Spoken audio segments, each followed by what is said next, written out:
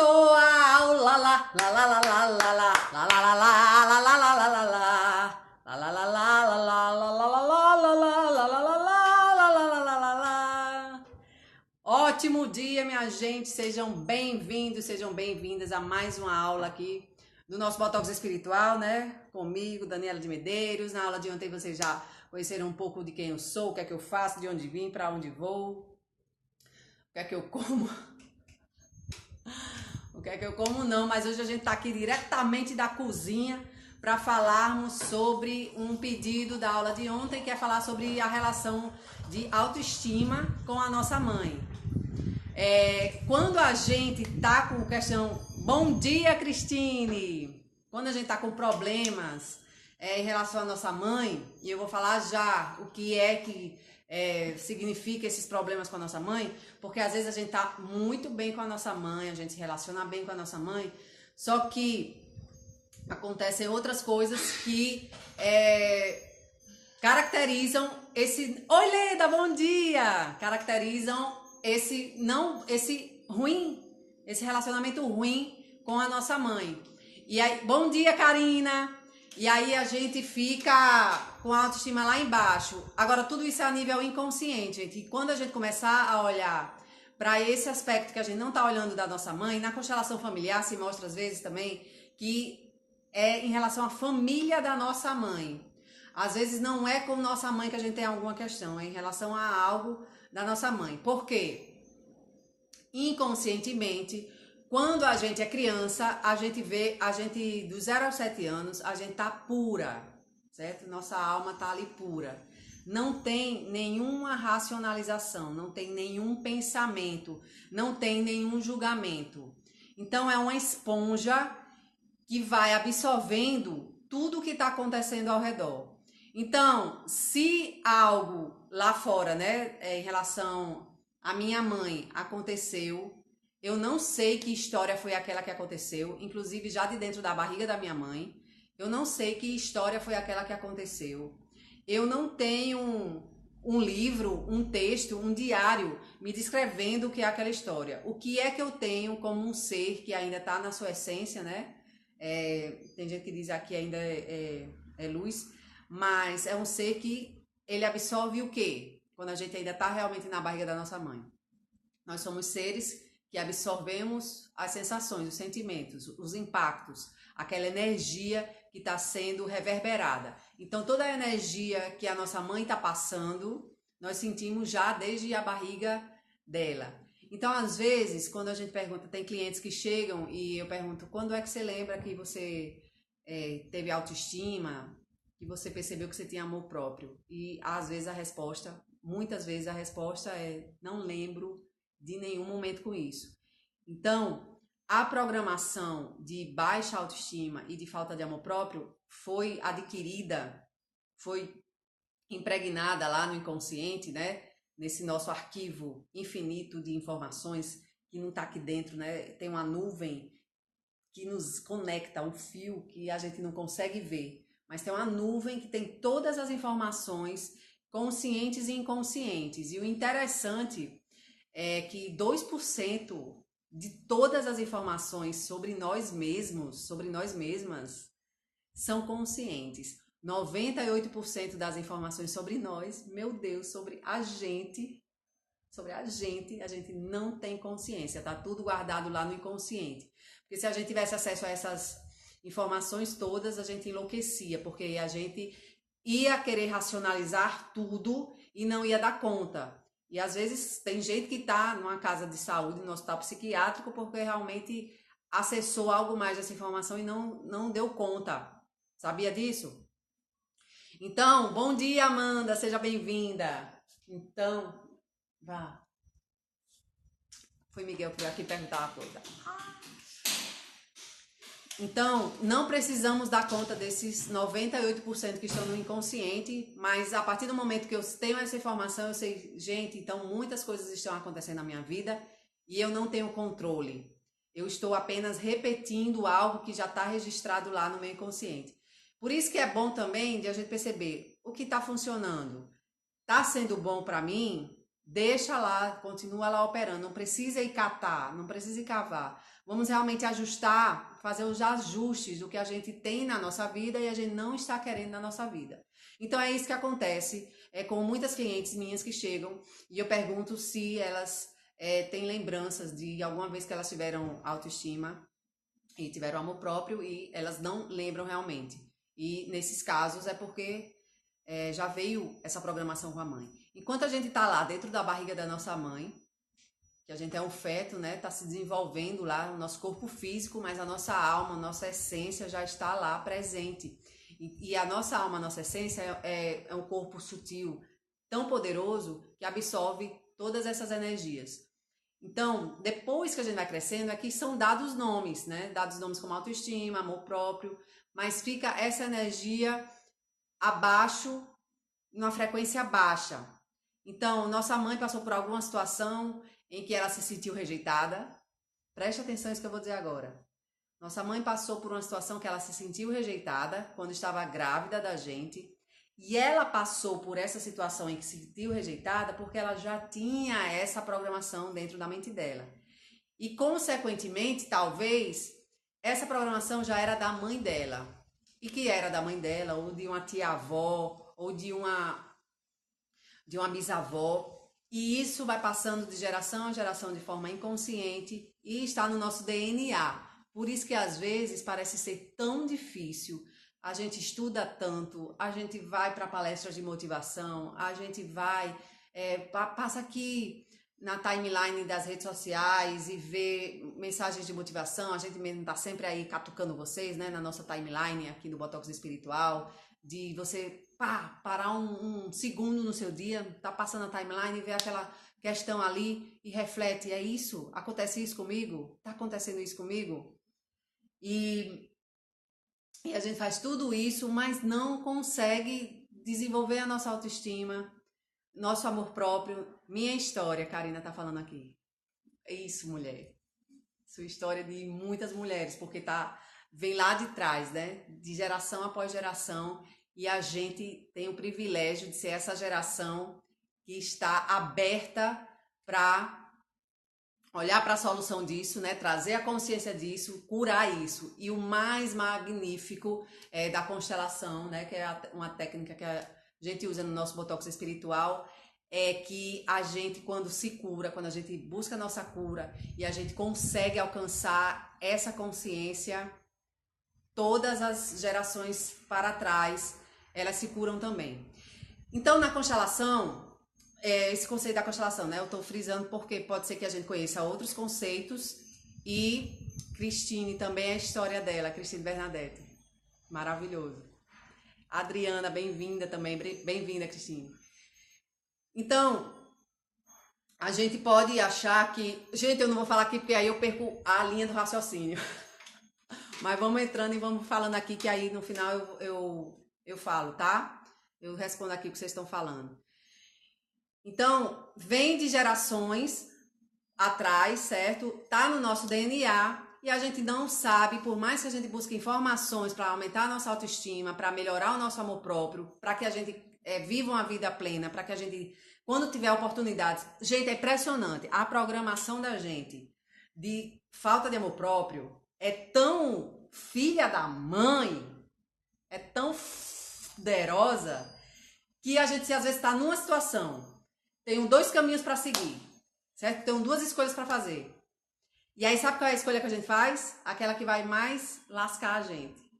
Sabe por que a gente faz essa escolha? E depois a gente fica lamentando por que não fez aquela outra escolha? Isso é na área profissional, é na área da saúde, né? Por exemplo, você vai para um restaurante e você pode escolher o que você quiser do cardápio. Aí você tem a opção da salada, que é maravilhosa, que é gostosa, e você tem a opção ali de uma picanha cheia de gordura, que você já sabe que depois que você comer isso, você vai fazer mal. Mas você escolhe a picanha cheia de gordura. O que é que está por trás disso? É essa programaçãozinha que está bem entranhada lá no nosso inconsciente que diz: eu não me amo, então eu vou fazer escolhas que reforcem que eu não me amo. Então, a partir do momento que a gente começar a tomar consciência disso, pronto, agora vocês já têm essa informação de que tem essa programação lá, não me amo. não me aceito como eu sou. Eu sou uma ninguém. Quem mais? Que sempre tem aquela vozinha lá no fundo, ou aquela imagem assim que vê a gente como uma pessoa do tamanho de uma formiga. Porque por mais que às vezes a gente vê os filósofos falando muito de arrogância, vamos dizer assim, de a gente achar que a gente é muito maior do que todo mundo, esse achar que a gente é maior do que todo mundo é uma forma da gente se apresentar para o mundo para se proteger dessa pessoa que a gente acredita que a gente realmente é, que é essa formiguinha, que alguém, qualquer pessoa que chegar pode pisar. Então a gente se infla, né? Empina o nariz e sai andando, pisando em todo mundo, com medo de quê? Com medo de ser pisada, porque lá dentro da gente a gente se sente muito pequena, e isso é uma programação que vem de geração após geração, e vamos cuidar disso aqui. Então, por que eu falei que a autoestima tem uma relação direta com a nossa mãe? Porque a gente, quando tá lá na barriga da nossa mãe, a gente recebe essa energia e a gente recebe essa programação que ela já tem e a gente reforça essa programação. E aí no decorrer da nossa infância, a gente vai reforçando essa programação com o quê? Quando nossa mãe, vamos dizer que nós tínhamos 1 ano, 2 anos de idade e nossa mãe precisou ser hospitalizada.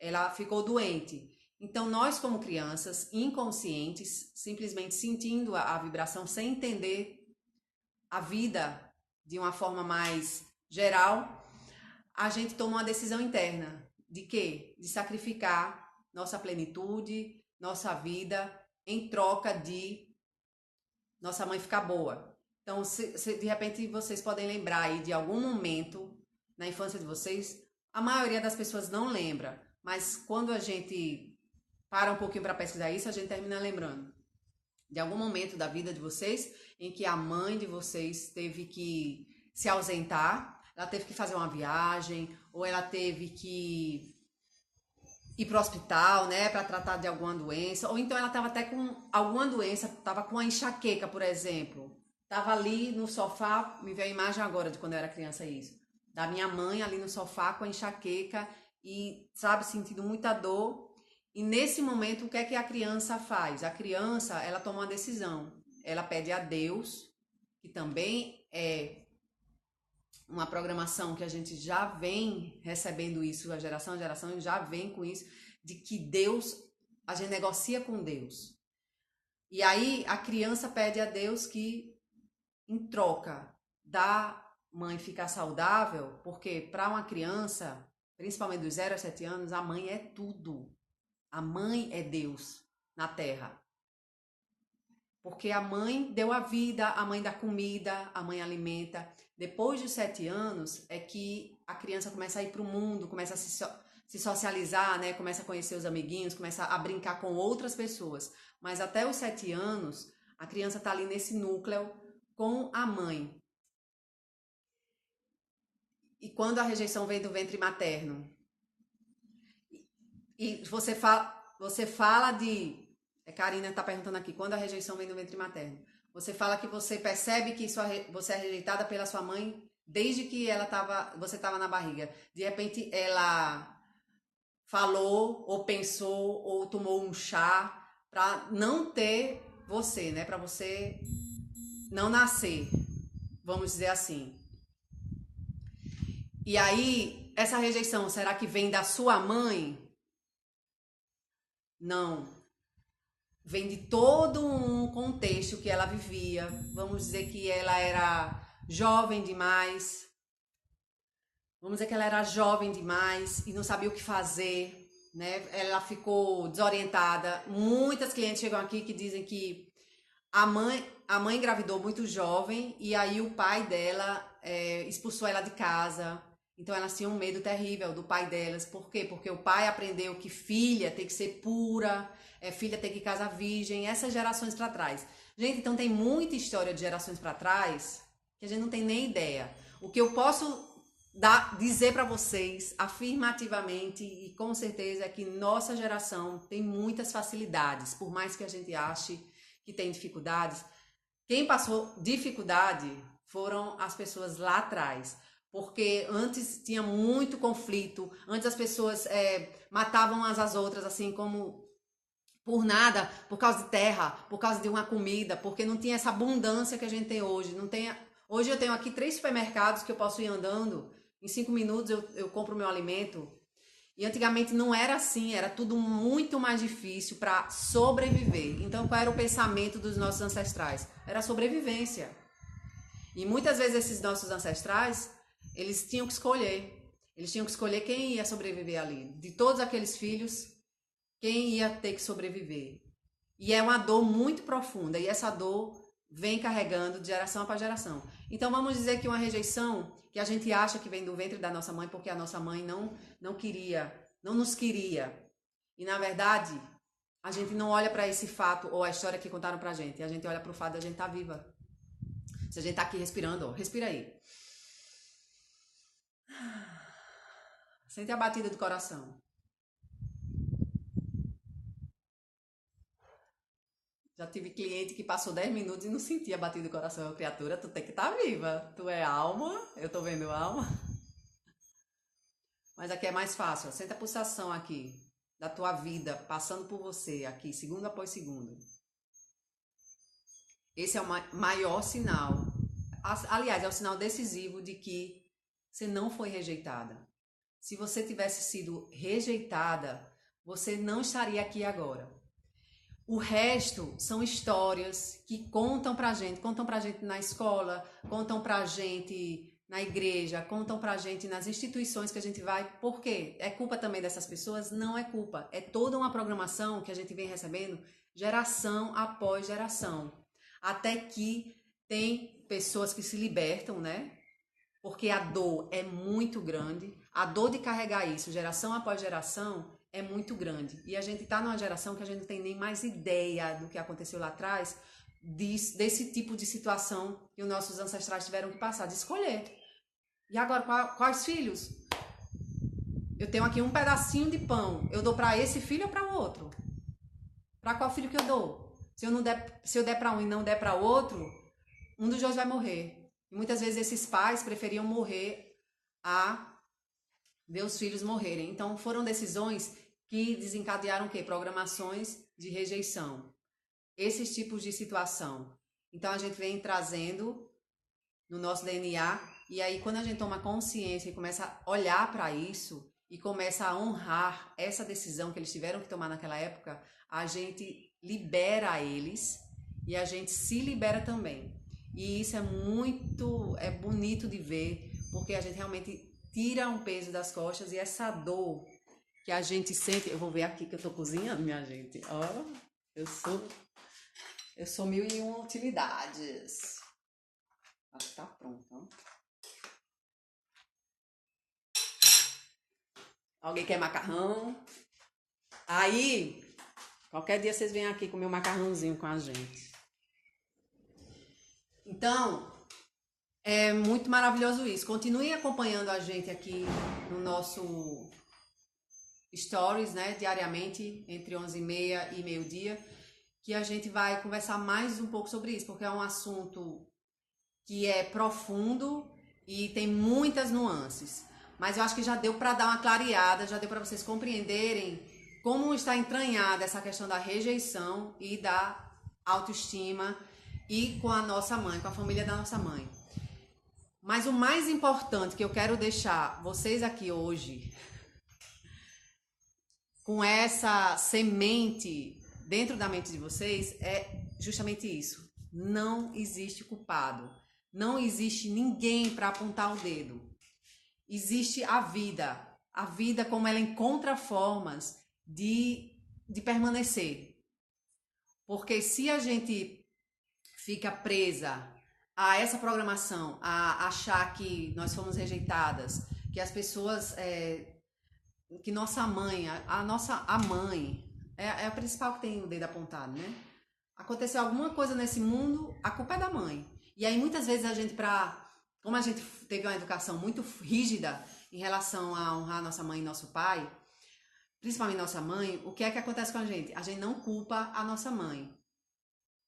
Conscientemente, a gente se sente culpada se a gente culpa a nossa mãe, certo? Então a gente culpa quem? Culpa Deus. E aí a gente briga com Deus, discute com Deus e fica chateado com todo mundo ao redor. E hoje o exercício que eu tenho para passar para vocês aqui é: todas as mulheres que vocês encontrarem hoje, no dia de vocês, vocês vão agradecer por você estar ali tendo contato com aquela mulher, estar olhando para aquela mulher. Porque é um caminho indireto até a gente poder chegar finalmente à nossa mãe para agradecer a ela pela vida.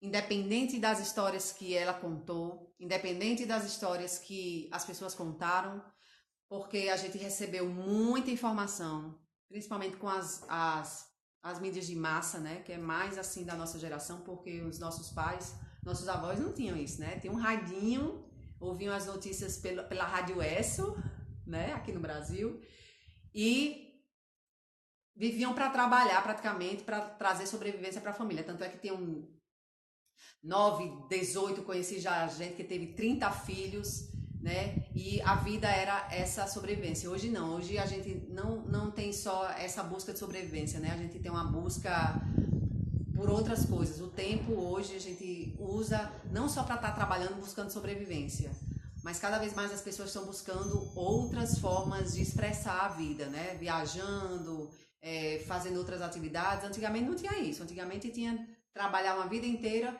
para sustentar os filhos, né? Para os filhos crescerem, e os filhos iam, assim que cresciam, já iam em busca do sustento deles, né? Então nós somos uma nação muito forte.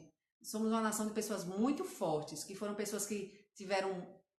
Esse Brasil hoje é enorme, tem milhares de pessoas, tá em quantos habitantes? Quase 200 milhões de habitantes, graças a esses nossos ancestrais que trabalharam. E a gente tem a vida hoje, a gente pode usufruir de uma forma que eles não puderam usufruir. Então a gente honra a essas mulheres que tiveram que passar, mulheres que tiveram que passar por situações como os maridos irem para a guerra, os maridos saírem para trabalhar e não voltarem. E aí já deve ter gente que tem história que diz assim, não voltavam porque era um safado, arranjava outra mulher, outra família lá. E não, a maioria deles, eles não voltavam porque morriam, porque desfaleciam, porque não tiveram como sobreviver. E essas mulheres tiveram que tomar conta das famílias delas, dos filhos, sozinhas. E isso também envolve um complexo de rejeição. Percebe, gente, como tem muitas nuances em relação às mulheres da nossa família, à nossa mãe. Então é importantíssimo vocês fazerem esse exercício hoje, de cada mulher que vocês encontrarem, vocês agradecerem a existência delas. E procura olhar nos olhos dela, e vocês vão se comprometer comigo de me dizer o que foi que aconteceu quando vocês olharam nos olhos dessa mulher. Ai, Daniela, vou passar o dia em casa hoje. Encontre uma coisa para você fazer fora de casa hoje. Vai no supermercado, adoro caixa de supermercado, eu sempre dou os exemplos aqui de caixa de supermercado. Vai no supermercado comprar um palito de fósforo e converse com a caixa do supermercado. Converse não, nem precisa conversar se você não é de conversar, mas olha nos olhos dela e agradece a ela pela existência dela, de ela ser a mulher quem ela é. Você não precisa conhecer, você não precisa saber da história dela. Porque no final das contas, todos os que encontramos ao nosso redor são o quê? Espelhos de nós mesmas. Essa cura da nossa autoestima e do nosso amor próprio vai começar a acontecer se a gente estiver atenta a isso, tá? Então vou deixar vocês com esse exercício, me contem no direct, fale para as amigas de vocês também verem esse ao vivo, né, que vai ficar até amanhã, para que elas também façam esse exercício e vocês possam trocar a experiência de como é algo tão simples e vai trazer tanta informação importante para você, tá? E aí amanhã a gente fala um pouco mais sobre essa questão dessa promessa que a gente fez quando era criança, né? De trocar, de fazer o sacrifício, né? De sacrificar a nossa saúde, nossa vida, para que a nossa mãe pudesse ficar bem, tá bom? Beijo, beijo, beijo e até amanhã. Tenha um excelente dia e olhe nos olhos, mulheres. Amo vocês.